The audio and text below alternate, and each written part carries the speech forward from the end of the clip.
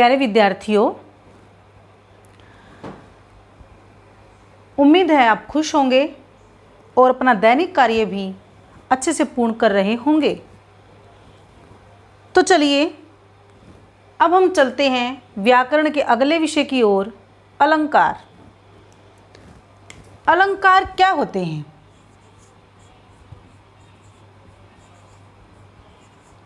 अलंकार, अलम plus car.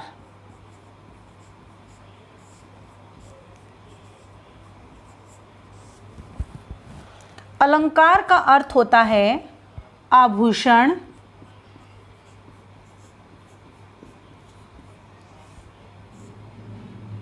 या गहना। तो आभूषण और गहने क्यों पहने जाते हैं? सुंदरता के लिए, अपने आप को सुंदर दिखाने के लिए आभूषण पहने जाते हैं, शोभा बढ़ाने के लिए।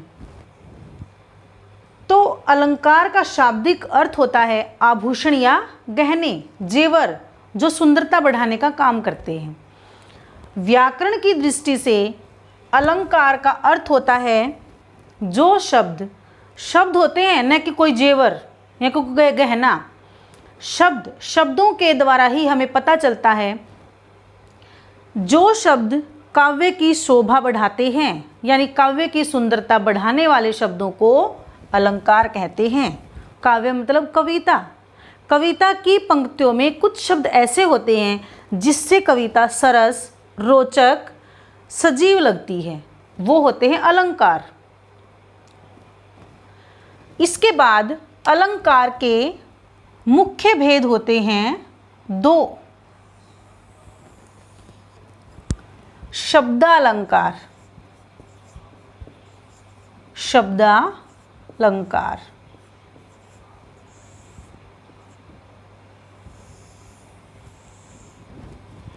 दूसरा अर्थालंकार।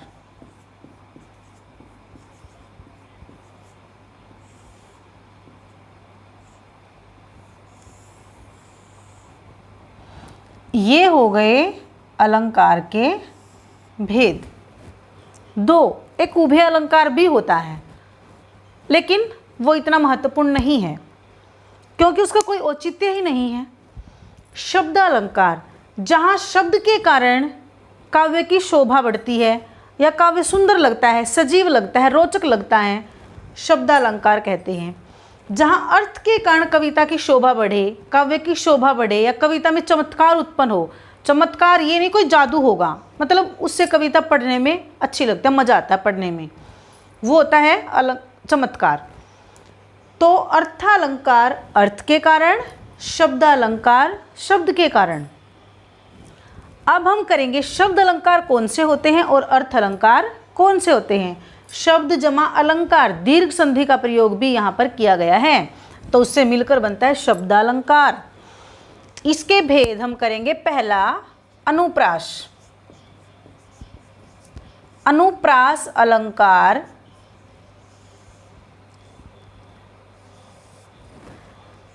जहाँ एक वर्ण की आवृत्ति बार बार आए। वर्ण यानी क, च, र, कोई भी वर्ण।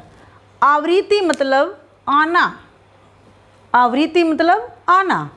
जहाँ एक वर्ण की आवृत्ति बार बार आए उसे अनुप्रास अलंकार कहते हैं। जैसे रघुपति, राघव, राजाराम।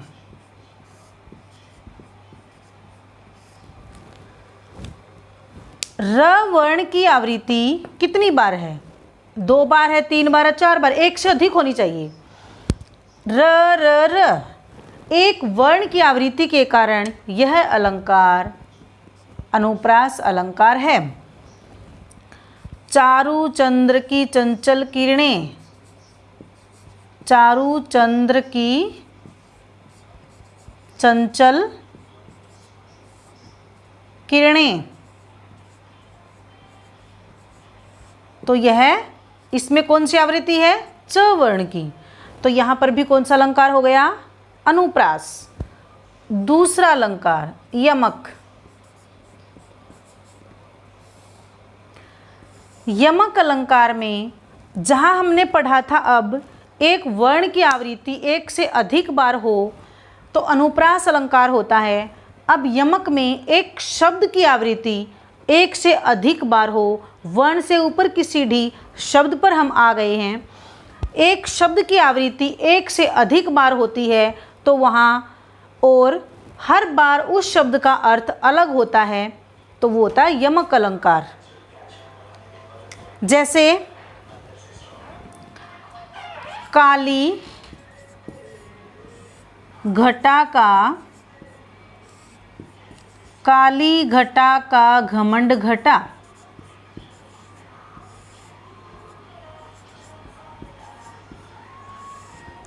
तो एक शब्द घटा और ये घटा, यानी एक जैसे शब्द दो बार आए हैं लेकिन दोनों बार इन शब्दों का अर्थ अलग है। जैसे इस घटा शब्द का अर्थ होता है बादल और इस घटा शब्द का अर्थ है कम। एक शब्द एक से अधिक बार है और हर बार उस शब्द का अर्थ अलग होता है। तीसरा श्लेष अलंकार। श्लेष का अर्थ होता है चिपकना। बात वहीं पर आ जाती है कि एक शब्द एक से अधिक बार भी आ सकता है, लेकिन इसमें तो हमने पढ़ा था एक शब्द एक से अधिक बार है, हर बार वो शब्द अलग अर्थ देता है। लेकिन इसमें एक शब्द एक से अधिक अर्थ देते हैं, उसे कहते हैं श्लेष, यानी चिपकना। एक के साथ बहुत सारे अर्थ चिपके होते हैं। जैसे मंगन को देत, मंगन को देत पट बार बार है। अब पट शब्द जो है, पट शब्द के दो अर्थ हैं, यानी एक शब्द पे दो या तीन अर्थ चिपके होते हैं, उसे कहते हैं श्लेष। पट का अर्थ वस्त्र भी हो सकता है, होता है, और पट का अर्थ दरवाजा भी होता है,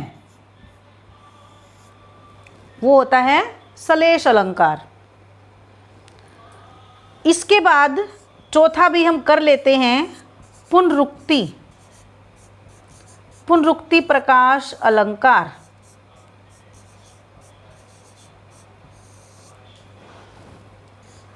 जहां एक शब्द की आवृत्ति साथ में ही हो, पुनः आना, दोबारा आना, जैसे हमने इसमें किया बार बार, वो होता है पुनरुक्ति। बहुत आसान। जैसे आगे आगे, पीछे पीछे, और बीच में योजक होता है और साथ में ही वह शब्द आ जाता है, वो होता है पुनरुक्ति, पुनः आना, पुनरुक्ति प्रकाश अलंकार। अब हम करेंगे अर्थालंकार। अर्थ अलंकार में पहला उपमा। उपमा का मतलब तुलना या समानता। परिभाषा करेंगे हम, जहाँ किसी वस्तु, व्यक्ति की तुलना किसी लोक प्रसिद्ध वस्तु और व्यक्ति से की जाए, उसे वहाँ होता है उपमा अलंकार। किसी सामान्य वस्तु और व्यक्ति की तुलना लोक प्रसिद्ध वस्तु और व्यक्ति से की जाए, उसे उपमा अलंकार कहते हैं। इसके लिए कुछ शब्द होते हैं। कौन से? सम, सरिस, सा, सी, से, सदृश। और इन सब का अर्थ होता है समान। इन सब का अर्थ होता है समान। जहाँ पर भी आपको ये शब्द दिखाई देते हैं जिस वाक्य में, वह वाक्य, उस वाक्य में आप उपमा अलंकार लगा सकते हैं। इन सब का मतलब होता है समानता। जैसे पीपर पात, पीपर पात सरिस मन डोला, सरिस मन डोला। डोला मतलब हिलना। पीपर का पत्ता मन के समान डोलता है। सरिस का अर्थ यहाँ पर हुआ के समान। फूल सी कोमल बच्ची, फूल के समान कोमल बच्ची। हाथी सा टीला, टीला किसके समान है? हाथी के समान। तो यहाँ पर हो जाता है उपमा अलंकार। उपमा, रूपक, उत्प्रेक्षा और मानवीकरण। रूपक, उत्प्रेक्षा और मानवीकरण, इनमें उपमान और उपमेय आते हैं। सब में अलग अलग अंतर होता है। उपमान समझें पहले। उपमान होता है जिसके साथ तुलना की जाती है। उपमान जैसे चंद्रमा, और जिसकी तुलना की जाती है उसे कहते हैं उपमेय। जैसे मुख, मुख की तुलना चंद्रमा के साथ की गई है, तो उपमान और उपमेय में जहाँ समानता होती है, चंद्रमा के समान मुख तो उपमा, चंद्रमा रूपी मुख तो रूपक। संभावना जहाँ पर जताई जाती है उत्प्रेक्षा। तो दूसरा अब हम करेंगे रूपक।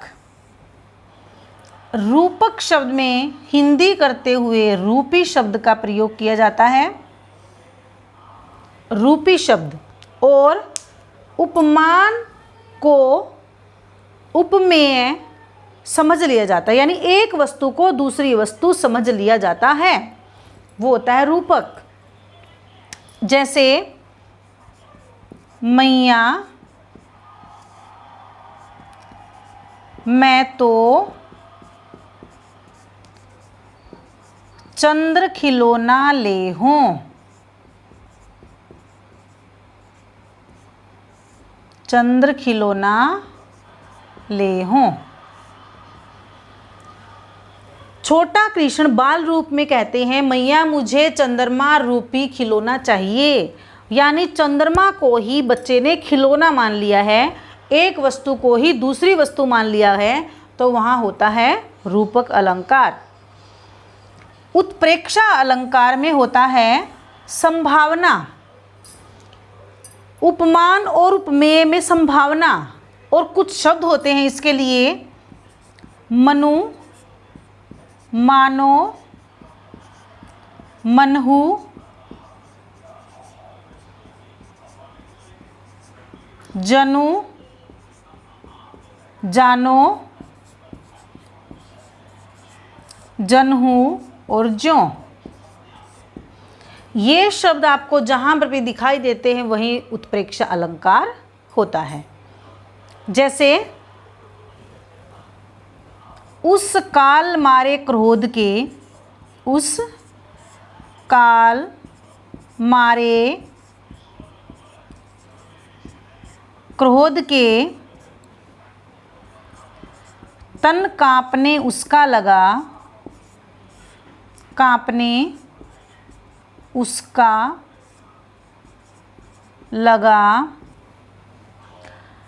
मानो हवा के वेग से, मानो हवा के वेग से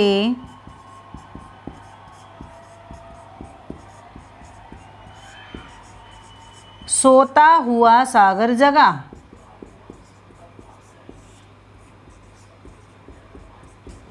मान लिया है, मानो।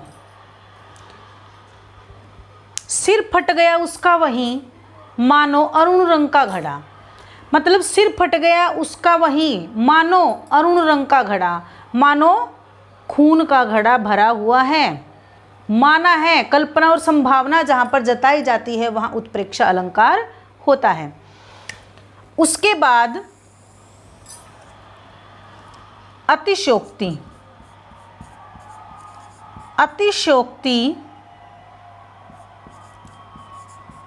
अतिशयोक्ति अलंकार में होता है बढ़ा चढ़ा कर वर्णन किया जाए, बढ़ा चढ़ा कर वर्णन करना।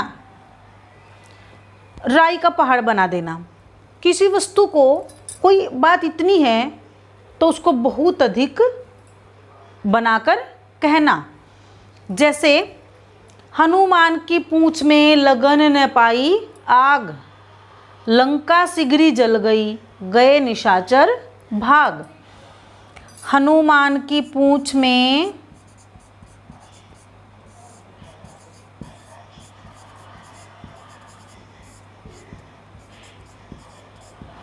हनुमान की पूंछ में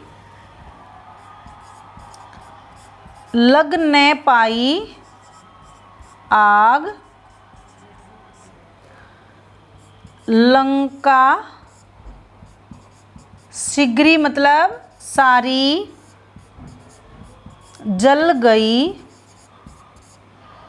गए निशाचर भाग।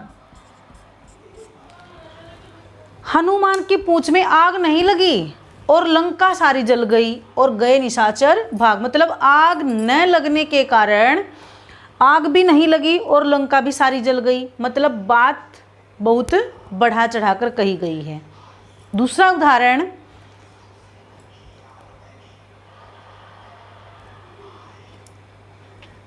इसके बाद हम करेंगे मानवीकरण। मानवीकरण अलंकार।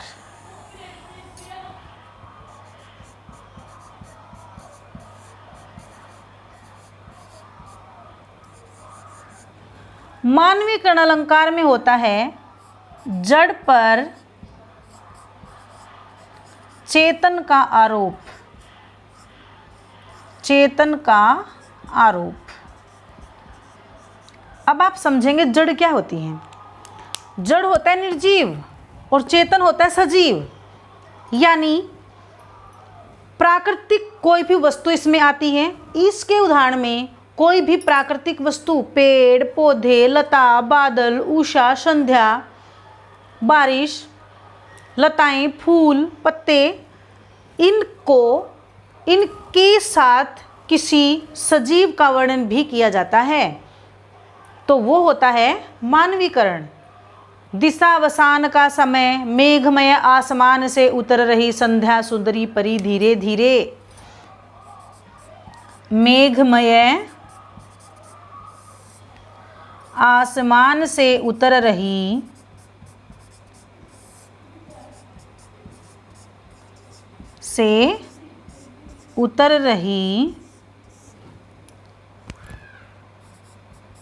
संध्या सुंदरी परी धीरे धीरे। वैसे इसमें देखा जाए तो इसमें 3 अलंकार हैं। धीरे धीरे यदि हम देखें तो पुनरुक्ति अर्थ करते हैं मेघमय आसमान से उतर रही, बादलों से भरे हुए आसमान से शाम रूपी सुंदरी परी। शाम के समय को बोला गया है। शाम रूपी तो रूपक अलंकार भी हो जाता है। शाम रूपी सुंदरी परी धीरे धीरे नीचे उतर रही है। और सुंदर परी मतलब एक औरत को या परी को संध्या माना है, तो उसके कारण जड़ और चेतन दोनों इकट्ठे हो जाते हैं, तो उसके कारण मानवीकरण अलंकार भी यहाँ पर है। तो देखा जाए तो यहाँ 3 अलंकार हैं, मुख्य अलंकार यहाँ पर मानवीकरण है। तो ये हो गए हैं आपके अलंकार। पढ़ने के बाद इनका अभ्यास करना अति आवश्यक है। तो एक बार इसको ध्यान से सुनकर कुछ उदाहरण साथ में करते रहें तो आपको बहुत अच्छे से अलंकार आ जाएंगे। धन्यवाद।